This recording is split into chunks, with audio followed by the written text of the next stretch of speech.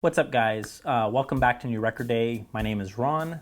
If you're into two-channel audio, if you consider yourself an audiophile, music lover, make sure you hit the subscribe button and show the bell notification who's boss. That way you know when the next video drops. In today's video, I'm going to be reviewing the Triangle Borea Bro 8 speakers that were sent to me by Adorama. Speaking of Adorama, who happens to be sponsoring today's video, you might be scratching your head right now saying, what the heck does Adorama have to do with hi-fi? Aren't those the guys that sell cameras and photography equipment? Actually, yes. And yes, I do actually shop there for a lot of the equipment that I use in these videos, but man, oh man, have I got good news for everybody here.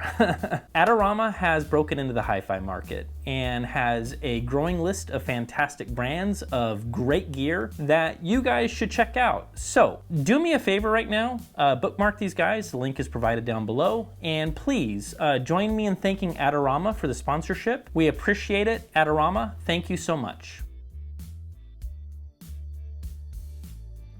All right, so at $13.99 for the pair, the Borea Bro 8 is an affordable tower designed by Triangle Hi-Fi of France, standing 40 inches tall and weighing 52 pounds each, roughly. These guys certainly look the part of a no-joke full-standing loudspeaker that a lot of you guys have been asking for. So the Bro 8s feature a 1-inch silk dome tweeter. They also have this really nice sounding 6 1/4 inch paper cellulose mid-range, and then they have two, again, roughly 6 1/4 inch woofers that are made out of fiberglass, and it also features a front port with bass extension that you can expect down into the 40s. While the Bro 8s are not necessarily cheap, they also aren't crazy expensive. This inspired me to pretty much throw the kitchen sink at them, and I've tried a wide range of gear with them. One small precaution here. While they are reasonably sensitive at 92 dB, they also drop down to as low as 3 ohms. Either way, I threw the Iota VX at them without a hint of trouble, but where things got very interesting, for me at least, is when I tossed this bad boy at them. Say hello to my little friend, the LTA Z10. Not to mention, before the goodness even hits the Z10, I'm also using the Enyos Zenith as my source, which feeds to Arnold. Well, we're on a first name basis, but you might know him as the Terminator. Ladies and gentlemen, this rig with the Bro 8s provided everything that I'm looking for before we move in the direction of open baffle or dipole speakers. Soundstage, yeah, for days. Layering, while not quite as good as the Spatial Sapphires or the Exoticas, it's darn good. And if I can't convince you to give open baffle a try, these will at least get you close to the finish line, and I'll be able to sleep at night knowing that you have a nice pair of speakers in home. Of course, I used lots to dial in the Bro 8s, and I found that between 5 and 8 feet to be the holy grail spot in my room. I went back and forth a number of times, and I ended up saying, it's crazy, but 8 feet is better. And I know, I know, some of you guys are rolling your eyes at the idea of a speaker being that far into the room, but I'm gonna say this, 15 seconds in the sweet spot here, I can assure you, you would be singing in the Lots Choir in no time at all. Back to the LTA. This thing dishes out 12 watts of EL84 goodness. That is exactly what the Bro 8s love, which is maximizing the holographic nature of that sweet sounding mid-range. That rig with these guys, while certainly getting quite pricey, is astounding. It's the real deal. All right, so I want to talk a little bit about fit and finish. The Bro 8s come with a nice sturdy platform and the ability to install some spikes that are included. This will be one of the times that I beat up the dudes at Triangle just a little bit. I'm gonna have to use some B-roll to show what I'm talking about, but Triangle, if you're gonna give us spikes, not these nubs that you I mean, it's like, what are these? These aren't spikes. I mean, you want to see a spike. I'll show you a spike that came with the spatials. Now that, my friends, is a freaking spike. I guess I'll relax. Maybe I'm one of the last 3 remaining people on planet Earth that thinks that shag carpet never went out of style, so let's go ahead and move on. All right, so the Bro 8s do come with your pick of finishes, which is either black, white, or walnut, like what we have here. Being vinyl, there is only so much that we can chat about in terms of looks, but I'm gonna say this, for what it is, it looks pretty good. I do prefer the look of textured vinyl like we saw in the PSB T20s, as well as the ELAC DFR 52s, but from more than a foot away, these look convincingly like the real thing. Last, the speakers do come with magnetic grills, which is great to see at the asking price. All right, listening impressions. How the heck do these things sound? Well, before we continue, if you haven't had a chance to check out the sound clips with commentary video, I recommend that you definitely do that because I won't be repeating myself here. When it comes to top end, these speakers are a detail sounding experience. The Bro 8's top end is both airy and crisp, and will reveal a lot of missed details in the music. I have 0 issues hearing into the music and hearing every single chair squeak, cough, and inner details of all of my recordings. To the point, if you want something relaxed and forgiving, I'm hesitant to say that these are gonna be the best pick out there. With that being said, everything that I am hearing up top is very clean, and when we get to measurements, you will see there are little to no issues with the engineering that went into the top end extension. The mid-range on the Borea Bro 8s will quickly reveal why I love the sound of paper cone drivers so much. In a word, it sounds natural. One of the things that I loved about the Bro 8s was percussion. The mid-range and top end seems to deliver drums and percussion in one of the more realistic manners that I've heard from a traditional floor stander in quite some time. Open baffle, dipole, I think takes the lead in that category, but make no mistake, these guys are certainly no slouch. Vocals are also worth mentioning. Male vocals are pretty much gonna draw a straight line, and I had a hard time hearing any coloration in vocals, which for purists, this is a good thing for sure. In other words, when I'm listening to Mark Knopfler,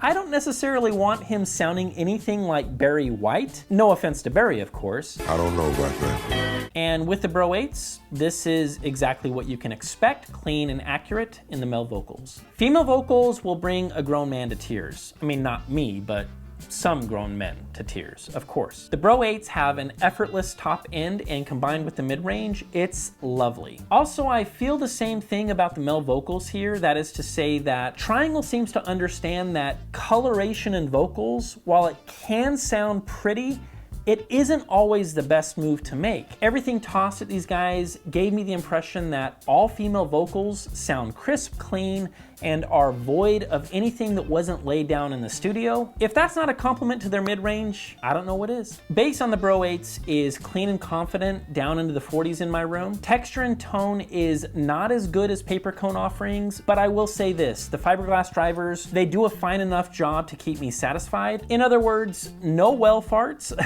just beautiful natural sounding bass. I will say this, had these speakers managed to hit in the 30s, these might have been a unicorn, and it's my only wish list item for these guys. While 40s in room is nice, hitting into the 30s would have sealed the deal, as it seems to be the sweet spot of being able to get away without a sub. Granted, it could come down to individual taste, but being the reviewer and you guys seem to care about my opinion, I'm gonna just say it like it is. I think that a couple of subs is a requirement with the Borea Bro 8s if you want the whole enchilada. All right, let's go ahead and pull up some measurements. The first thing that we're gonna look at is the impedance sweep. On the woofer side, I'm showing a tack sharp 8 ohms, and on the tweeter side, closer to 6 or 6.5. As we can see, there are some spots that dip pretty darn low, even as low as 3 ohms. Lesson learned, just make sure your amplifier is up to task and you're gonna be fine. Next, using Clio Pocket in a 6 millisecond gated window at 39 inches, I took some shots of the Bro 8 and here's where we landed.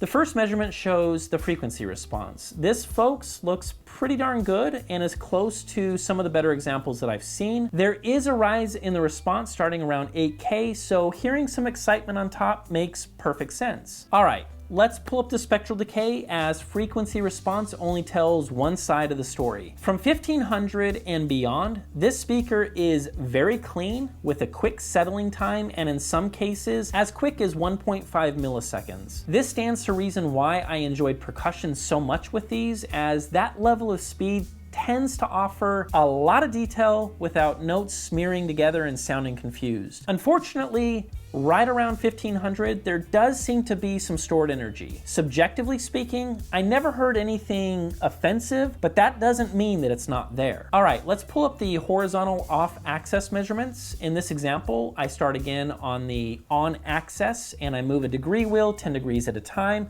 which is expressed in the same colors: red, orange, yellow, green, and blue. While 40 degrees off axis gets a little wild, this is to be expected with almost any speaker, and everything here looks pretty dang good. Ultimately, what we want to see here is a tight grouping, and more importantly, we want to see a consistent behavior in curves going from on axis to off axis. When the first reflection lines up with the direct sound, everything is going to sound consistent, and this is a good thing. Last, let's take a peek at how these guys do on the vertical plane. In this example, I started with the mic on axis to the tweeter, and then move the microphone up 4 inches at a time, starting with what you can see in order as red, orange, yellow, green, and blue. What we do see here is a hole in the response right around 2500 hertz. While we do expect to see a dip when taking vertical measurements, I do wish this was tighter than what we have, and I would expect that lowering your crossover point would certainly help in this category, but here's the deal.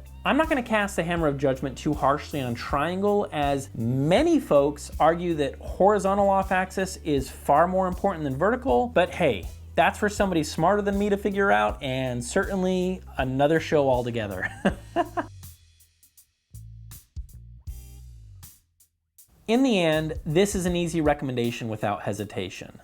For the Triangle team, the only feedback I have is offering longer spikes, a textured vinyl wrap, and perhaps investigating the potential stored energy at 2500. Outside of that, maybe consider a lower crossover point, as you will surely find the vertical off-axis will improve. Either way, nothing here is stopping me from gladly recommending these speakers as one of the best towers I've personally heard under that $1,500 price point, and that's saying a lot.